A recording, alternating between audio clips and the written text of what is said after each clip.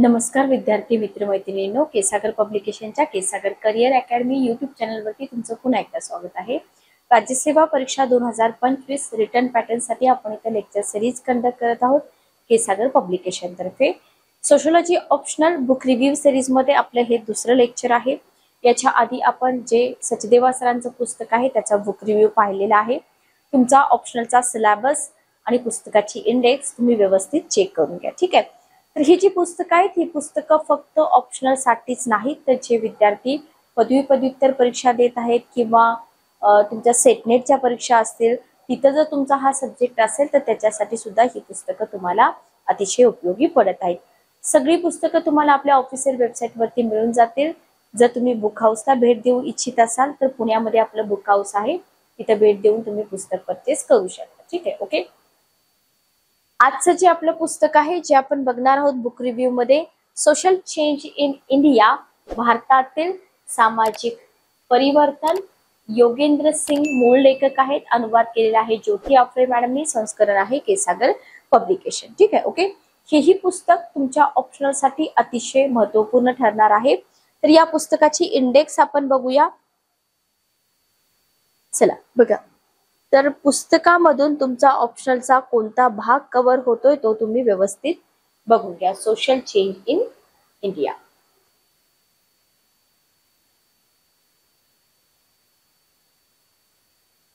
बघा, आता लक्षात घ्या, सगळ्यात महत्वाचं म्हणजे नामवंत लेखकांची पुस्तकं का वापरायची हे मी थोडक्यात इथं तुम्हाला सांगते. तर योगेंद्र सिंग हे जे आहेत ना, जवाहरलाल नेहरू विद्यापीठामध्ये ते समाजशास्त्राचे प्राध्यापक आहेत. समाजशास्त्र विषयाच्या अध्यापनाचा त्यांचा प्रदीर्घ एक अनुभव आहे.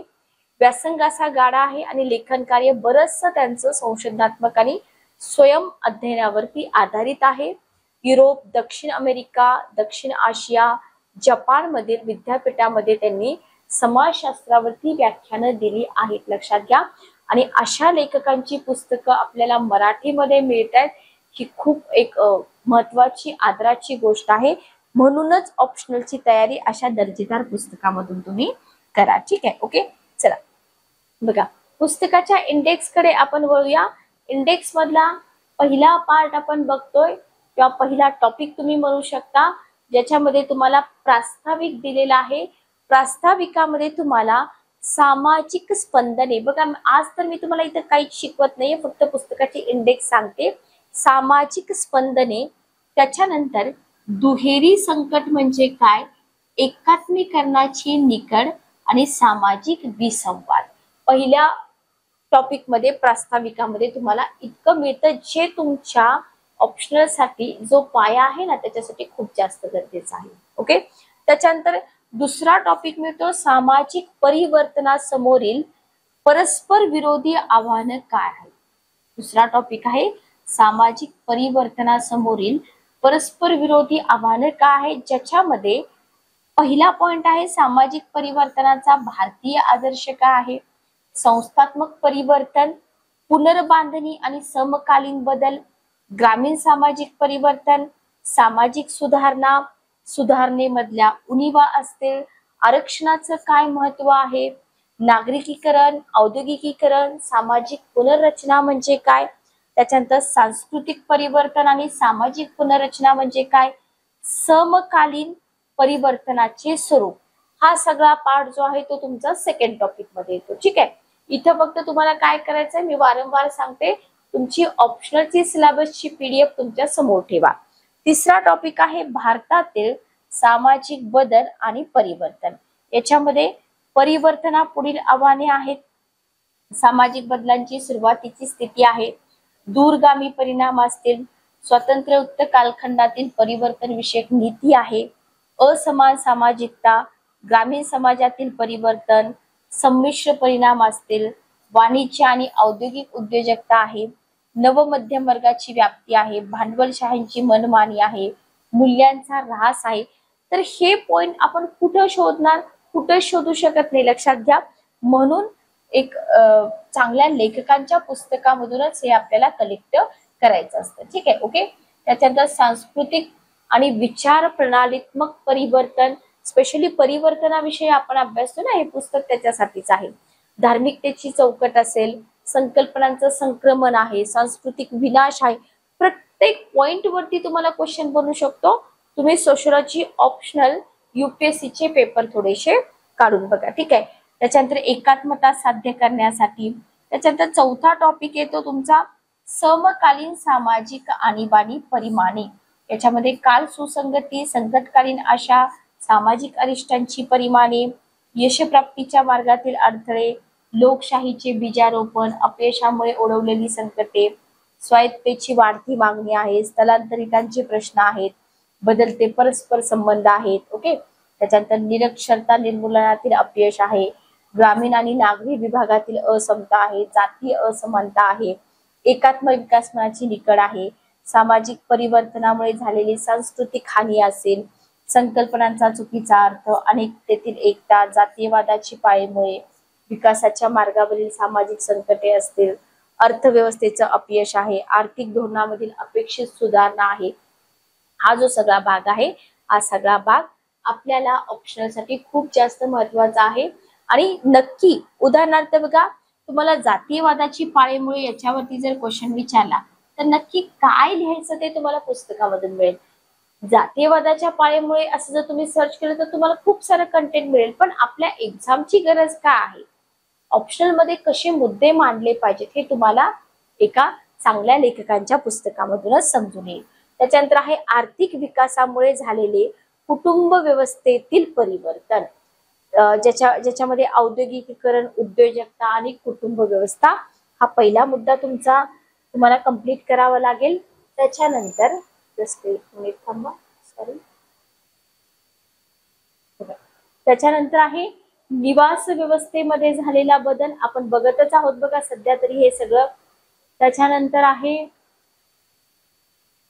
अर्थव्यवस्थेचे कुटुंब व्यवस्थेवरती काय परिणाम होतात, उद्योजकतेमधली वाढ असेल, सत्ता स्थानातील बदल असतील, उद्योजकीय व्यक्तिमत्वाची जडणघडण आहे, कृषी क्षेत्राचा आणि कुटुंब व्यवस्थेचा आधुनिकीकरण आहे, ग्रामीण विभागातील आर्थिक विकास असेल किंवा कौटुंबिक एकात्मीकरण आहे, कृषी भूमीचा विकास आहे, आधुनिकीकरण, आर्थिक विकास आणि कुटुंब व्यवस्था हा मुद्दा तुम्हाला एकत्रित विचारला जाऊ शकतो. परंपरांचं आधुनिकीकरण असेल तर हा सगळा भाग या टॉपिक मध्ये कव्हर होतो. नेक्स्ट टॉपिक आहे विधी आणि सामाजिक परिवर्तन. याच्यामध्ये सामाजिक परिवर्तन आणि कायदा हे तुम्हाला आधी करावं लागतं.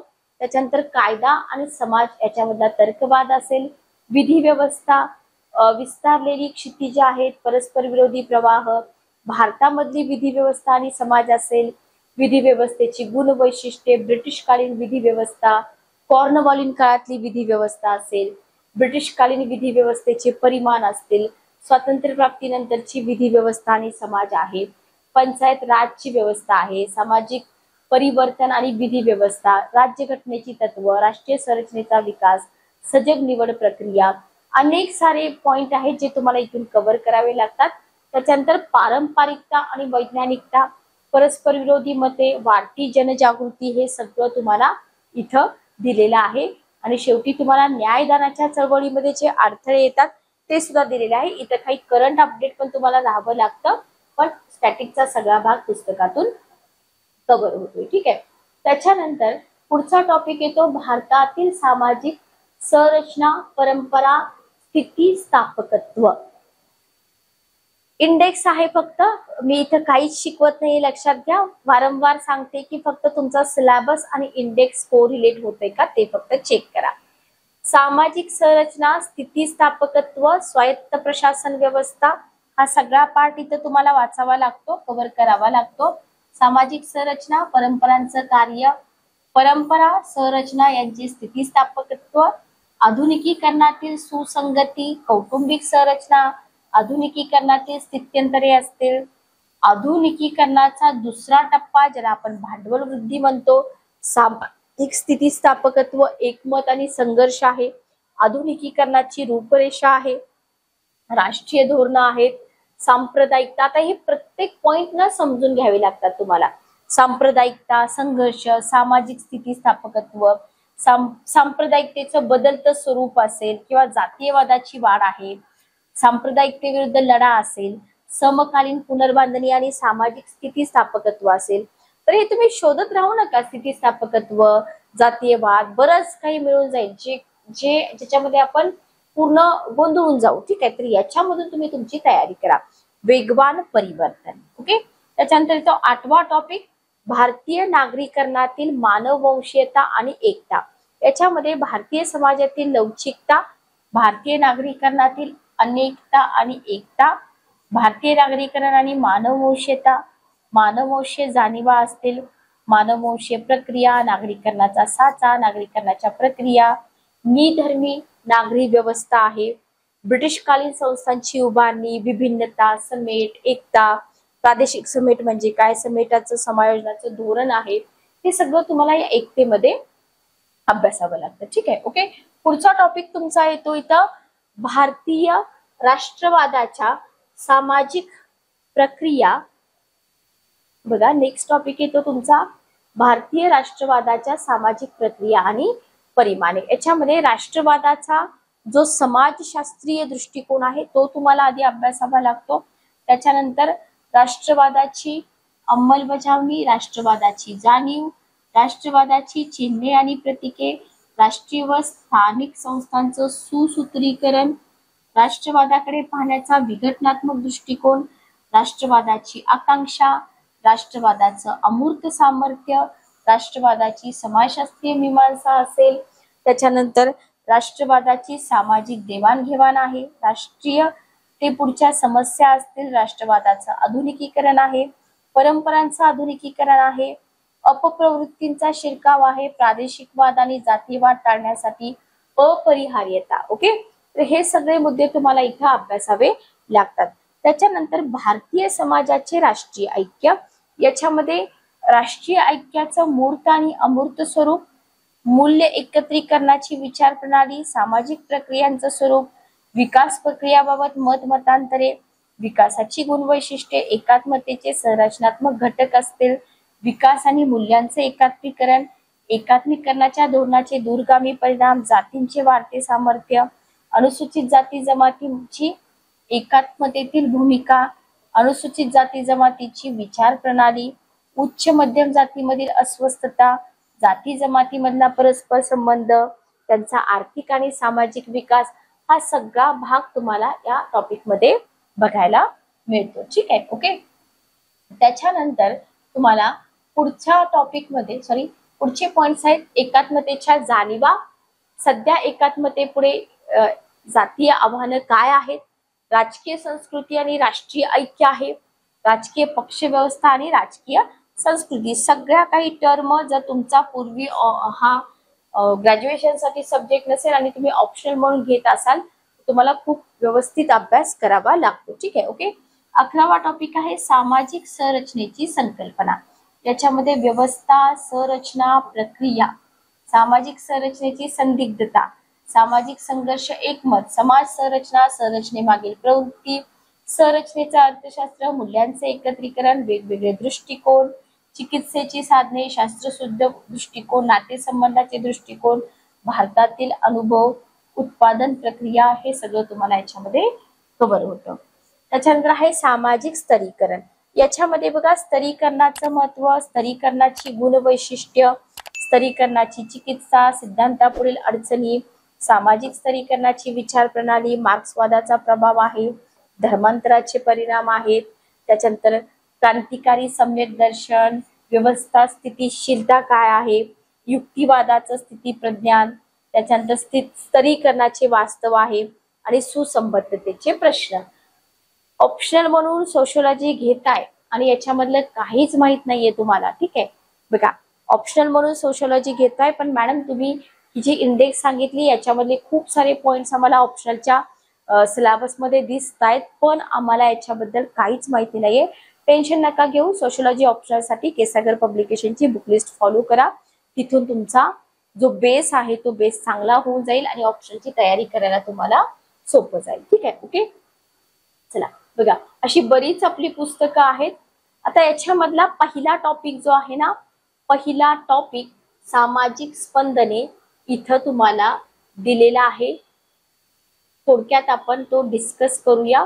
कशा पद्धतीनं इथं तुम्हाला संकल्पना दिलेल्या आहेत किंवा नामांकित लेखकांची पुस्तकं कशी असतात, कसं कंटेंट आपल्याला मिळतं हे तुम्हाला समजून जाईल. ठीक आहे. बघा, सामाजिक स्पंदने प्रास्ताविक तुम्हाला दिलेला आहे. ओके.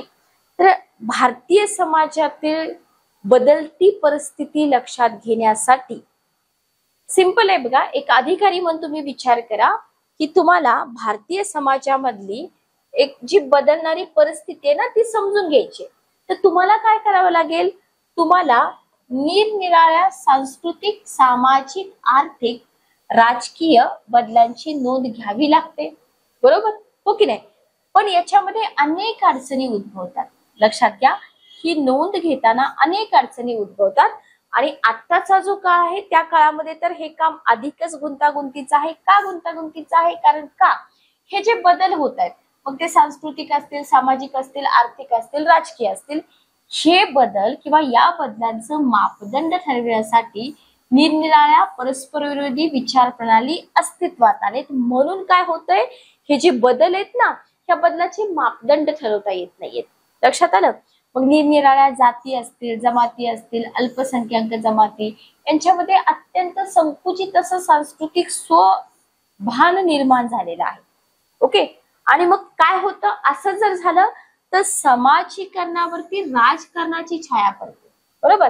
आणि त्याच्यामुळे वैध असं सामाजिक परिवर्तन टिपणं. तर इथे जर आपण बघितलं तर सामाजिकरणावर काय झालंय, राजकारणाची छाया पडू लागली. बरोबर.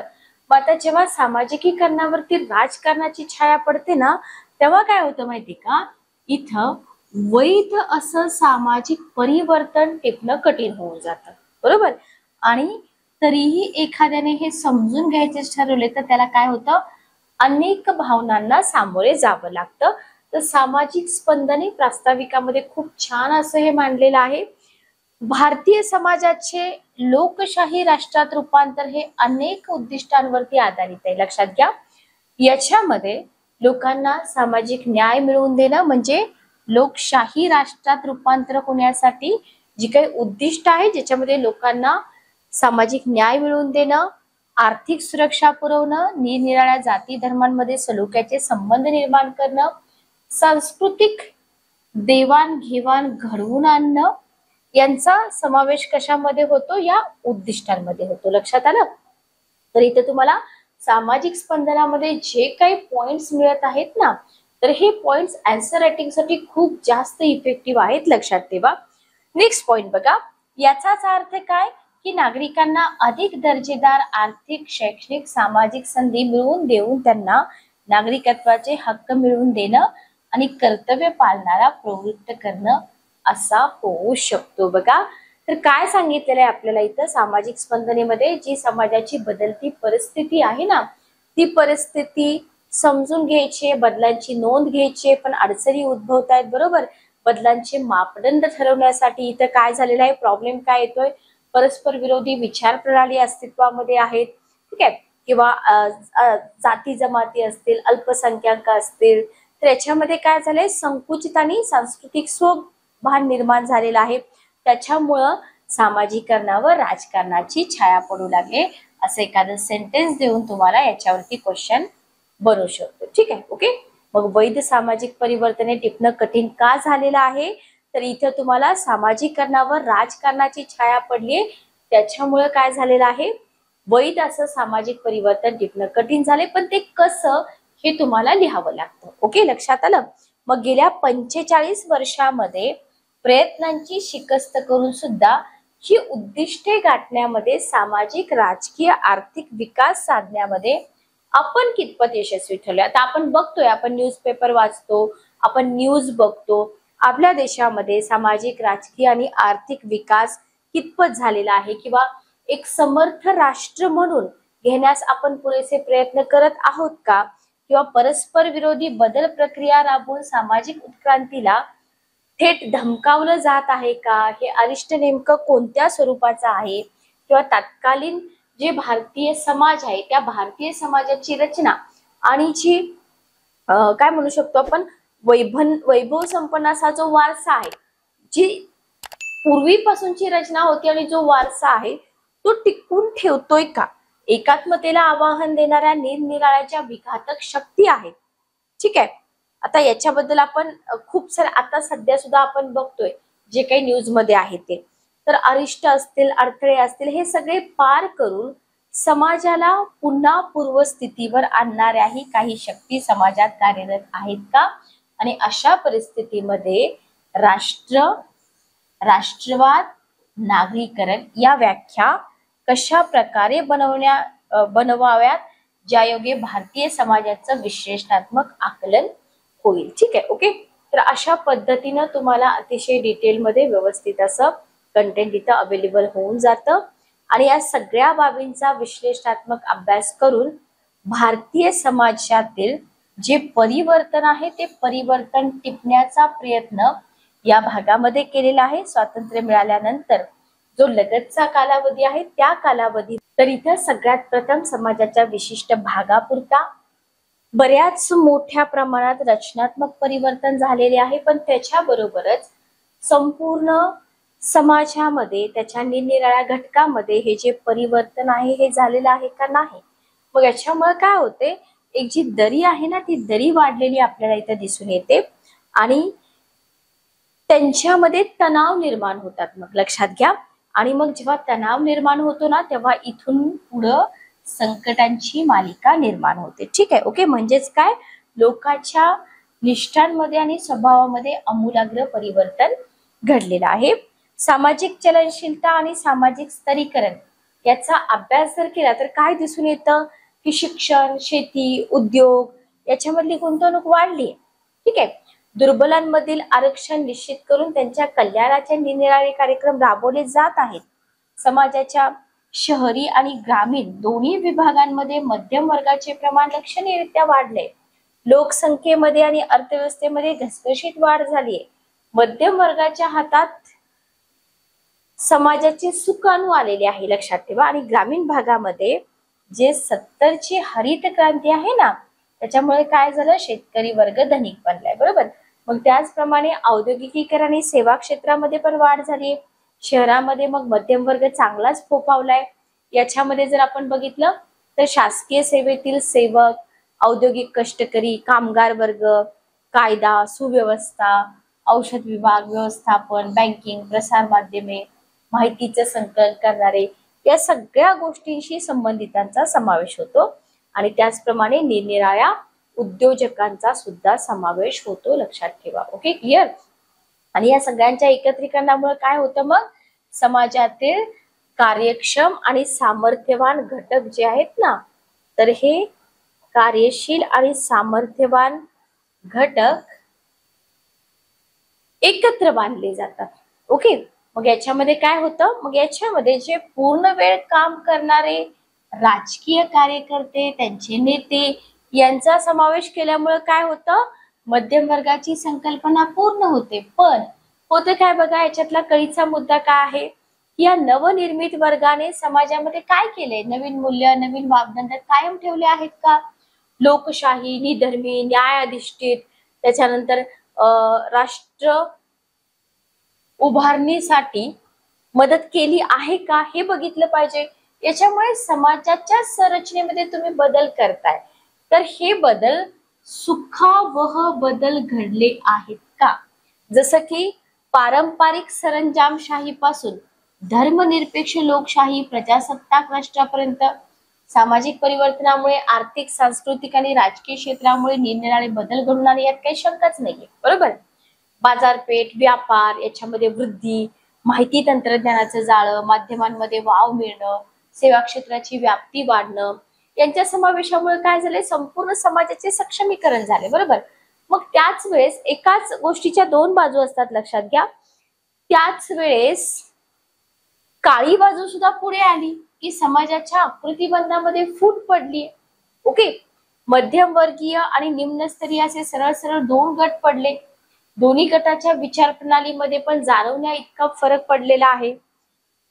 तथापि मध्यम वर्गाची रचना, विचार प्रणाली ही राष्ट्रीय विचार प्रणाली आणि मूल्याधिष्ठित मापदंड याच्याशी सुसंगत आहे का? नाही. लक्षात घ्या. आणि सगळ्यात आधी या मध्यमवर्गीयांमध्ये उच्चवर्णीय आणि मध्यमवर्गीय जातींचा समावेश होतो, ज्या निम्नस्तरीय जाती जमाती किंवा अल्पसंख्याक त्यांच्या लोकसंख्येच्या समप्रमाणात प्रतिनिधित्व इथे दिसून येते का? अजिबात नाही, लक्षात घ्या. आणि आरक्षणाच्या धोरणाची अंमलबजावणी करून सुद्धा या वर्गाची अपेक्षित अशी प्रगती घडून आलेली आहे का? नाही, अपेक्षित अशी प्रगती घडून आलेली इथं दिसून येत नाही. उच्च मध्यमवर्गीय आणि निम्न मध्यमवर्गीय जी अशी फूट आहे ना, ही कशामुळे पडली? आरक्षणाच्या धोरणामुळे पडली. ओके, ठीक आहे. तर अशा पद्धतीनं इथं तुम्हाला दिलेलं आहे. आता हे सगळं समजून घेऊन आन्सर रायटिंग साठी या कंटेंटचा उपयोग करणं, याच्यासाठी आपल्याला काय करावं लागेल? याच्यासाठी आपल्याला पुस्तकं व्यवस्थित वापरावी लागतील. ठीक आहे. त्याच्यानंतर दुहेरी संकटाचा एक मुद्दा इथं दिलेला आहे की आता इथं जर आपण बघितलं, बघा इथं जर आपण बघितलं की हे सकृतदर्शनी हाती आलेले पुरावे काय सांगतात किंवा पुराव्यावरून काय दिसून येतं की ज्या आरक्षित जाती आहेत ना, तर या आरक्षित जातींपैकी काही जाती जमाती, लक्षात घ्या, त्यांच्यातील ठराविक जातींनी आपल्या मिळालेल्या संधीचा काय केलाय? दुरुपयोग केलेला दिसून येतो. ठीक आहे, ओके. आणि निम्नवर्गीय आणि अल्पसंख्याक जाती जमाती यांच्यामधला लढाऊपणा गेला आणि त्याच्यावरून काय झालं? त्याची जागा सामाजिक अशांतता आणि एकमेकाचे खच्चीकरण यांनी घेतलेली आहे. आता जे आपल्या आजूबाजूला घडतंय त्याचे एक्झाम्पल पण तुम्ही एक्झाम मध्ये लिहू शकता. त्याच्यानंतर बघा, सामाजिक चलनशीलतेच्या अनेक निरीक्षणावरून काय दिसून येतं की मध्यमवर्गीयांची विचार प्रणाली आणि मनोधारणा अशा काही गोष्टींनी वेढलेली आहे की हा वर्ग स्वतंत्र सामाजिक न्याय, एकोपा, समर्पण या मूल्यांना कमी लेखू लागला आहे. ओके. आणि उपभोक्तावाद व उपयुक्ततावाद या गोष्टी ज्या आहेत त्या वाढीस लागलेत. अशा प्रकारे उणीवावर आधारित अर्थव्यवस्था आणि संधीची कमतरता याच्यामुळं मूल्य आणि अपेक्षा याच्यामध्ये संघर्ष निर्माण झाल्याने चुकीच्या दिशेने मूलतत्ववाद निर्माण झालेला दिसून येतो. बरोबर. आणि मग नैतिक आणि सामाजिक मूल्यांचा ऱ्हास झालेला आहे आणि याचा परिणाम म्हणून समाजामध्ये अवैध मार्गांचा इथं वापर जो आहे तो आपल्याला वाढलेला दिसून येतो. ठीक आहे, ओके, क्लिअर. चला मग आता इथं जर आपण बघितलं तर अशा पद्धतीने आपण दुहेरी संकटामध्ये सापडलोय. एक आहे की यशामुळे निर्माण झालेले, दुसरं आहे अपयशामुळे निर्माण झालेले. म्हणजे कसं बघा, आर्थिक सामाजिक वाढींसाठी इन्व्हेस्टमेंट केली जाते, बरोबर. त्याच्यामुळे नवीन मध्यम वर्ग आहे तो चढत्या क्रमाने वाढतोय. सामाजिक आर्थिक जे बदल आहेत ते खूप वेगाने होत आहेत, म्हणजे त्याला गतिशीलता प्राप्त झाली. त्याच्यामुळे काय झालं, अनेक पारंपरिक व्यवस्था जसं की पारंपरिक व्यवसाय, एकत्र कुटुंब पद्धती, धार्मिक मूल्य असतील, हे राहिलेत का पहिल्यासारखे? नाही, यांना छेद दिलाय. बरोबर. मग आता इथे जर बघितलं त्याच्यातून काय होतं, बाजारपेठ, व्यापार, मध्यम व्यवस्था, ही माध्यम व्यवस्था जी आहे ना ही बलशाली झाली. प्रशिक्षित मनुष्यबळाने वाढलंय, त्याच्यामुळे आर्थिक वाढ अपरिहार्यपणे झालेलीच आपल्याला दिसून येते. बरोबर. मग हे सगळं काय झालंय, असं हे यश प्राप्त झालंय आपण म्हणतो. बरोबर. पण सामाजिक जाणीवा आज संकुचित होत चालल्या असून विचार प्रणाली ही जास्तीत जास्त कशी आहे, स्वकेंद्रित बनत आहे. लक्षात घ्या, विचार प्रणाली कशी आहे, स्वकेंद्रित बनत आहे. यालाच आपण काय म्हणतो, यशामुळं आलेलं अरिष्ट. बरोबर. अपयशामुळे आलेलं अरिष्ट तर आणखीनच विकृत पद्धतीचं असतं. यशामुळे आलेलं अरिष्ट आपण बघितलं, पण अपयशामुळे आलेलं अरिष्ट सुद्धा डेंजर असतं, विकृत असतं. दारिद्र्य निर्मूलन आणि सामाजिक न्यायाचा अभाव या गोष्टीमुळं अपयश आलेलं आहे. लक्षात घ्या, स्वातंत्र्य मिळाल्यानंतर सुद्धा दारिद्र्य निर्मूलनाचे किती प्रयत्न झाले, तुम्ही पंचवार्षिक योजना वाचल्या असतील. बरोबर. तरी सुद्धा 30 ते 40% जनता अजून सुद्धा दारिद्र्य रेषेखालीच आहे. याच कालावधीत अनेक पूर्व आशियाई देशांनी दारिद्र्य रेषेखालची जी जनतेची टक्केवारी आहे बरीच कमी केलेली आहे. पण आपल्याकडे तसं झालंय का? नाही. मग जागतिक बँकेची गणना आपण वाचतो की नाही इकॉनॉमिक्स मध्ये, दक्षिण कोरियामध्ये 5% होते, इंडोनेशियामध्ये 15% होते, वगैरे वगैरे. किंवा संपत्तीचा ओघ निरनिराळ्या स्तरापर्यंत पोहोचला का नाही पोहोचला, त्यांना यश संपादित करता आलं. आपल्या भारतामध्ये असं झालं का? नाही. लक्षात घ्या, त्याच्यामुळं हे जे दुहेरी संकट आहे हे दुहेरी संकट आपल्याला इथं आलेलं दिसून येतं. ठीक आहे, ओके. तर पुस्तकं एवढी डिटेल मध्ये असतील तर ऑप्शनलची तयारी करायला काय हरकत आहे, लक्षात आलं. त्याच्यानंतर बघा, दुसरा टॉपिक जी मी तुम्हाला इंडेक्स दिली होती ना, इंडेक्स मधलेच काही सॅम्पल पीडीएफ इथं आहेत. तुम्ही हे पुस्तक घेऊन कंटिन्यू करू शकता तुमचा सिलेबस. ठीक आहे. ओके. आता याच्यामध्ये खूप सारे टॉपिक आहेत. सेकंड टॉपिक आपण बघूया.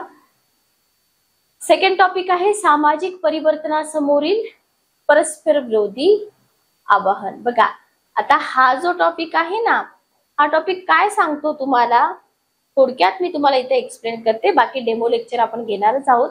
तर भारतातील सामाजिक परिवर्तनाचा जो अभ्यास आहे, हा अभ्यास पूर्वस्थितीचा जर तुम्ही आढावा नाही घेतला तर पूर्ण होणार नाही असं इथं म्हटलंय.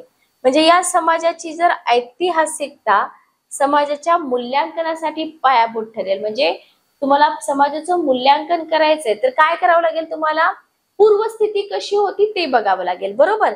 आणि वसाहतवाद जो होता ना, आपण हिस्ट्रीमध्ये अभ्यासतो, तर या वसाहतवादामुळे निर्माण झालेले सामाजिक आर्थिक विपर्यास असतील, स्वातंत्र्य चळवळीमुळे निर्माण झालेली विशिष्ट विचार प्रणाली असेल, किंवा या विचार प्रणालीमुळे भारताच्या घटनेमध्ये झालेलं स्फटिकीभवन असेल, समाज परिवर्तनासाठी आखण्यात आलेली ठोस पद्धती असेल, हे ऐतिहासिक घटक आहेत. आणि या ऐतिहासिक घटकांवरती पण तुम्हाला प्रश्न येऊ शकतो. ठीक आहे. बघा, सोशलॉजी हा माझा काही ऑप्शनल नाही, लक्षात घ्या.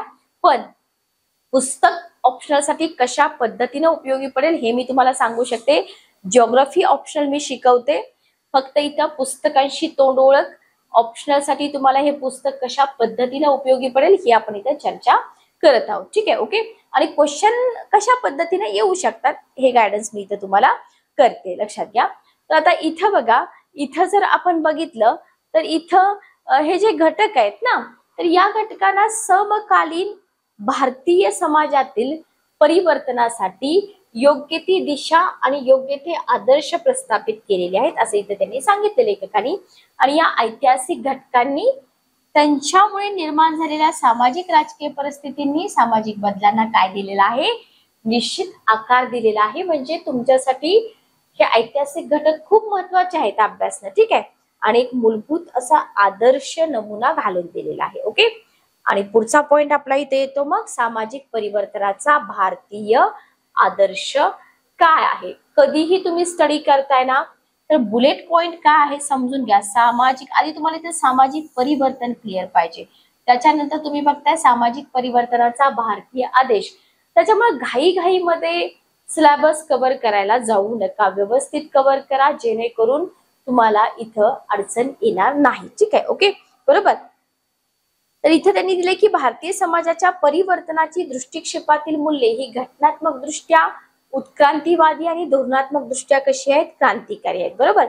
तर आता ह्याच्यामधले प्रत्येक सेंटेन्स हे पुस्तक असं आहे बघा. काही टॉपिक इथं तुम्हाला दिलेले आहेत सॅम्पल म्हणून. पुस्तक अशा पद्धतीचं आहे ज्यांनी सोशलॉजी ऑप्शनल ठेवलेला आहे अशा विद्यार्थ्यांसाठी बेस्ट असं हे बुक आहे. थेरीचं एखादं सेशन सेपरेटली आपण कंडक्ट करूया. तर हा होता आपला बुक रिव्ह्यू. आणखी काही पुस्तकांचे बुक रिव्ह्यू इथं तुम्हाला मिळून जातील. तर पुस्तक कसं मागवायचं, कुठून मागवायचं हे मी प्रत्येक सेशन मध्ये सांगितलेलं आहे. डिस्क्रिप्शन बॉक्समध्ये तुम्हाला पुस्तकाची लिंक पण मिळून जाईल. काही अडचण असेल तर कमेंट बॉक्समध्ये विचारू शकता. जर चॅनलवरती नवीन असाल तर चॅनलला लाईक करा, चॅनल सबस्क्राईब करा. आपले सेशन अपलोड होत असतात, त्याच्या नोटिफिकेशन तुम्हाला मिळून जातील. भेटूया नेक्स्ट सेशन मध्ये. Good day. Take care.